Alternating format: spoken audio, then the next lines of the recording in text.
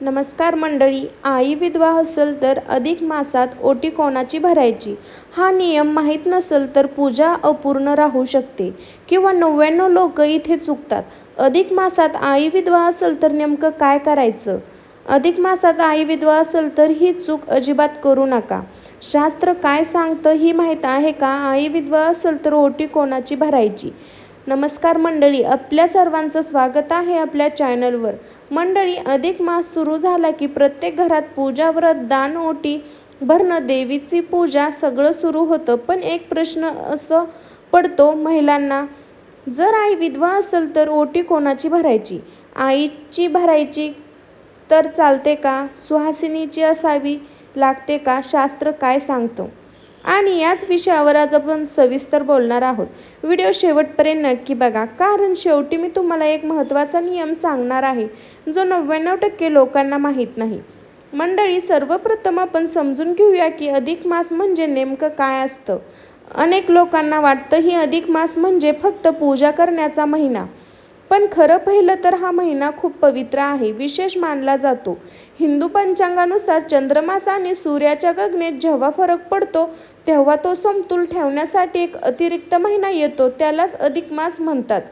या महिन्याला पुरुषोत्तम मास म्हणलं जातं. अशी वेगवेगळी नावं आहेत. पारंपरिक कथेनुसार या महिन्यातील कोणतं महत्त्व देत नव्हते, म्हणून हा महिना भगवान विष्णूकडे गेला होता. दुःखी होऊ नका, सगळे मला अशुभ म्हणतात. तेव्हा भगवान विष्णू या महिन्याला आपलं नाव दिलं पुरुषोत्तम मास आणि तेव्हापासून हा महिना अत्यंत पवित्र मानला जाऊ लागला. मंडळी, असं म्हणतात या महिन्यात जप, तप, ज्ञान, पूजा, व्रत, नामस्मरण केल्याने अनेक पटीने पुण्य मिळतं. म्हणून अनेक महिला या महिन्यात व्रत करतात, ओटी भरतात, देवीची पूजा करतात, विष्णू नाम जप करतात. पण इथे अनेक प्रश्न निर्माण होतात.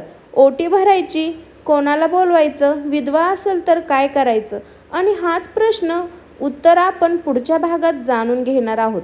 मंडळी, आता आपण समजून घेऊया की ओटी भरणं म्हणजे नेमकं काय असतं. आपल्या हिंदू संस्कृतीमध्ये ओटी भरण्याची परंपरा खूप जुनी आणि पवित्र मानली जाते. जेव्हा एखाद्या स्त्रीची ओटी भरली जाते तेव्हा तिच्या पदरात हळद, कुंकू, नारळ, फळ, तांदूळ, साडी, वाण अशा शुभ वस्तू ठेवल्या जातात. यामागे भावना काय असते माहीत आहे का? त्या स्त्रीला देवीचं रूप म्हणून तिचा सन्मान करणं. म्हणूनच अनेक ठिकाणी मंगल कार्य, व्रत, अधिक मास, हरतालिका, मंगलगौरी अशा वेळी सुहासिनी महिलांची ओटी भरली जाते, कारण सुहासिनी स्त्रीला सौभाग्याचं प्रतीक मानलं जातं. पण मंडळी, काळ बदलायला तसं अनेक गोष्टीकडे पाहण्याचा दृष्टिकोन बदलला. आज अनेक ज्ञानी लोक सांगतात की देवीसाठी मन शुद्ध असणं सर्वात महत्त्वाचं आहे. जर भावना खरी असेल तर, आदर असेल तर देव त्या भक्तीकडे पाहतो. पण अनेक घरामध्ये एक प्रश्न निर्माण होतो, जर घरामधील आई विधवा असेल तर तिची ओटी भरायची का नाही? भरली तर चालेल, तिला पूजा जवळ बसायचं की नाही? आणि याचं कारणामुळे अनेक महिलांच्या मनात भक्ती आणि संभ्रम निर्माण होतो. काही जणी तर रडत म्हणतात, आई आहे पण लोक काय म्हणतील? मंडळी, हा विषय खूप संवेदनशील आहे, म्हणून पुढच्या भागात आपण शांतपणे आणि समजून घेणार आहोत. शास्त्र काय सांगत आहे, परंपरा काय सांगते आणि सर्वात महत्त्वाचं माणुसकी काय सांगते. मंडळी, आता आपण त्या प्रश्नाकडे येतो ज्यामुळे अनेक महिलांच्या मनात भीती निर्माण होते. आई विधवा असेल तर काय करावं?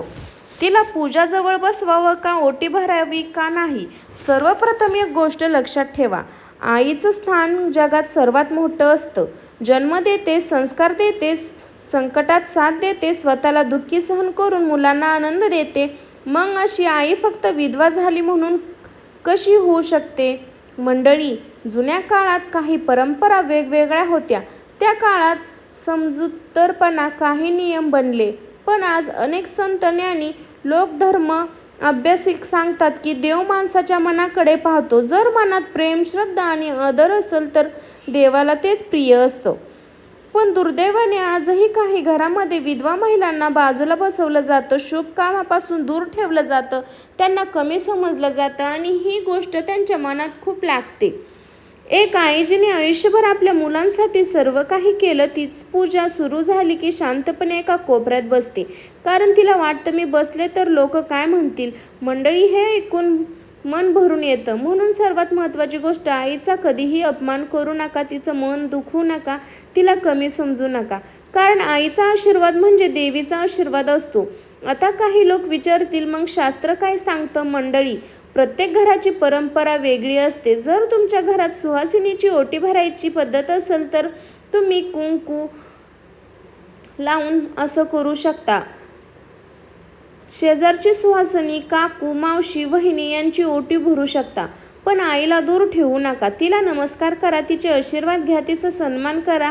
कारण ज्या घरामध्ये आईचा आदर केला जातो त्या घरामध्ये सुख, शांती आणि भरभराट कायम राहते. आणि पुढच्या भागात आपण जाणून घेणार आहोत ओटी भरण्याची, कशी भरायची आणि कोणत्या पद्धतीने भरायची, आणि 99 लोक इथे कोणती मोठी चूक करतात. मंडळी, आता आपण त्या भागाकडे जाणार आहोत आणि त्या महत्त्वाच्या प्रश्नाकडे वळणार आहोत. येतो ज्याचं उत्तर जाणून घेण्यासाठी अनेक महिला हा व्हिडिओ बघत आहेत. मग ओटी कोणाची भरायची हे जाणून घेण्यासाठी स्वामी भक्ती शक्ती या चॅनलला सबस्क्राईब करा, बेल आयकॉन दाबायला अजिबात विसरू नका आणि कमेंटमध्ये श्री स्वामी समर्थ लिहा. तर हा प्रश्न दिसायला छोटा आहे, पण अनेक घरामध्ये यावरून खूप भीती आणि कधीकधी वादही होतात. काही जणी म्हणतात फक्त सुहासिनीची ओटी भरायची, तर काही जणी म्हणतात आई सर्वात मोठी असते तिची भरायची. मंडळी, सर्वप्रथम एक गोष्ट समजून घ्या. ओटी भरायची खरी भावना म्हणजे सन्मान.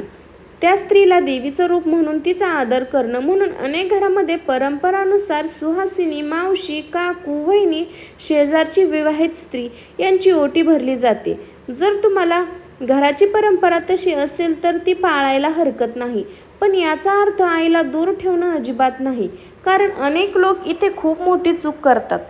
ते काय करतात माहीत आहे का? पूजा सुरू झाली की आईला म्हणतात, तू बाजूला बस, तुझी ओटी भरत नाही, लोक काय म्हणतील. मंडळी, शब्द छोटे असतात पण आईच्या मनात खूप लागतात. एक आई बाहेरून शांत राहते पण आतून खूप तुटते. म्हणून लक्षात ठेवा, परंपरा पाळा पण माणुसकी विसरू नका. जर तुम्हाला असं वाटत असेल की घराची रीत सुहासिनीची ओटी भरण्याची आहे, तर तुम्ही त्या सुहासिनीची ओटी भरू शकता. पण त्याच वेळी आईला नमस्कार करा, तिच्या हातात प्रसाद द्या, तिचे आशीर्वाद द्या, तिला मन द्या. कारण आईचा आशीर्वाद म्हणजे घराचं भाग्य असतं. अनेक अनुभवी लोक सांगतात, ज्या घरामध्ये आईचा आदर होतो त्या घरात देव स्वतः वास करतो. मंडळी, आता पुढच्या भागात आपण जाणून घेणार आहोत 99 लोक कोणती सर्वात मोठी चूक करतात आणि त्या चुकीमुळे घरात नकारात्मकता कशी वाढते. मंडळी, आता आपण त्या चुकीबद्दल बोलणार आहोत जी आजही अनेक घरामध्ये नकळत केली जाते. आणि ही चूक फक्त परंपरेची नसते तर एक आईच्या मनातल्या दुखवणारी असते. अनेक लोक काय करतात माहीत आहे का? अधिक मास पूजा किंवा ओटी भरण्याचा कार्यक्रम सुरू झाला की विधवा आईला बाजूला बसवलं जातं, तिच्या हातात काही दिलं जात नाही, तिला शुभ कामापासून दूर ठेवलं जातं. काही वेळ तर लोक सरळ बोलून टाकतात, तू फक्त बघ, तू मध्ये येऊ नको, लोक काय म्हणतील. मंडळी, विचार करा, एक आई जिने स्वतः उपाशी राहून मुलांना वाढवलं, संकटात घर सांभाळलं, आयुष्यभर त्याग केला, तीच आई एक क्षणात अशुभ होऊ शकते. हीच ती सर्वात मोठी चूक आहे. कारण देव कधी माणसाचा अपमान शिकवत नाही. आपल्या धर्मात आईला देव समान मानलं जातं. मग तिचं मन दुखवून केलेली पूजा देवाला कशी आवडेल. मंडळी, अनेक घरामध्ये नकारात्मकता, भांडण अशी याचं एक कारण मोठा अपमानही असू शकतो. विशेष आईचं मन दुखवलं तर तिच्या डोळ्यात दुःख घरावर परिणाम करत असतं. अनेक मोठे लोक सांगतात, म्हणून लक्षात ठेवा, परंपरा पाळा पण कोणाचं मन तोडू नका. विशेष आईचा अपमान करू नका. जर घरच्या रीतीनुसार सुहासिनी ओटी भरायची असेल तर भरा. आईला प्रेमाने जवळ बसवा, तिच्या हातातून दिवा लावून घ्या, तिचे आशीर्वाद घ्या, तिला महत्त्व द्या.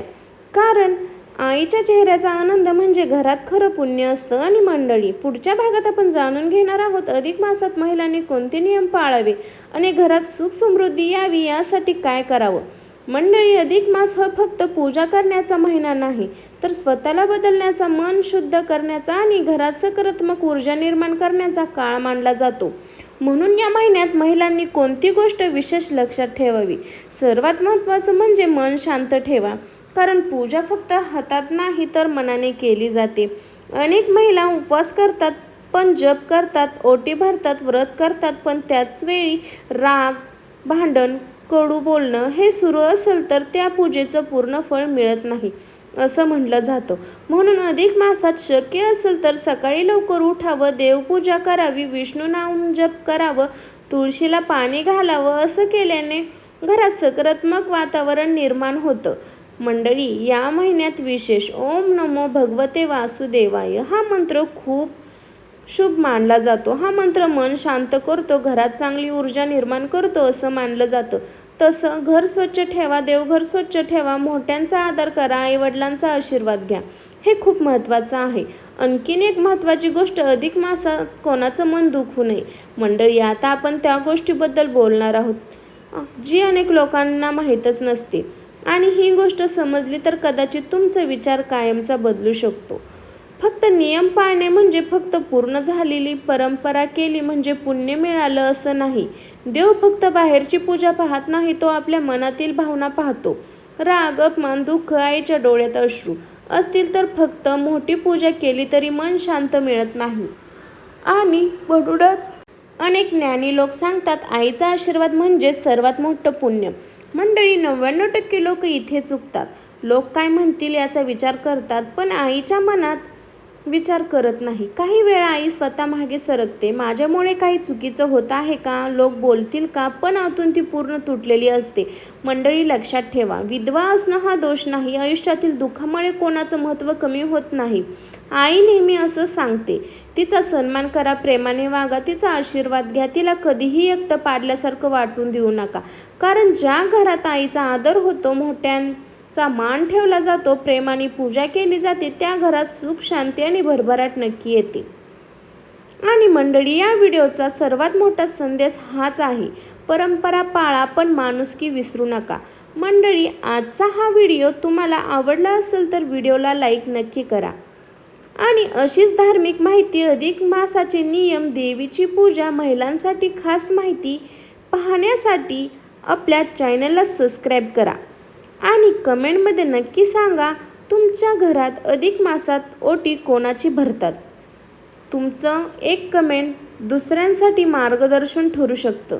शेवटी एकच सांगते, परंपरा महत्त्वाची आहे पण आईचा सन्मान त्याहूनही खूप मोठा आहे. त्यासाठी आईला सन्मान देणं ही तुमचा पहिला कर्तव्य आहे. त्यासाठी परंपरा महत्त्वाची आहे पण आईचा सन्मान त्याहून खूप मोठा आहे. आईचा आशीर्वाद ज्या घरात असतो त्या घरात सुख, शांती आणि भरभराट कायम राहते. व्हिडिओ पाहिला असेल तर चॅनलला सबस्क्राईब करून बेल आयकॉन दाबा आणि अशाच एका नवीन व्हिडिओमध्ये आपण भेटू. बाय सर्वांना. श्री स्वामी समर्थ.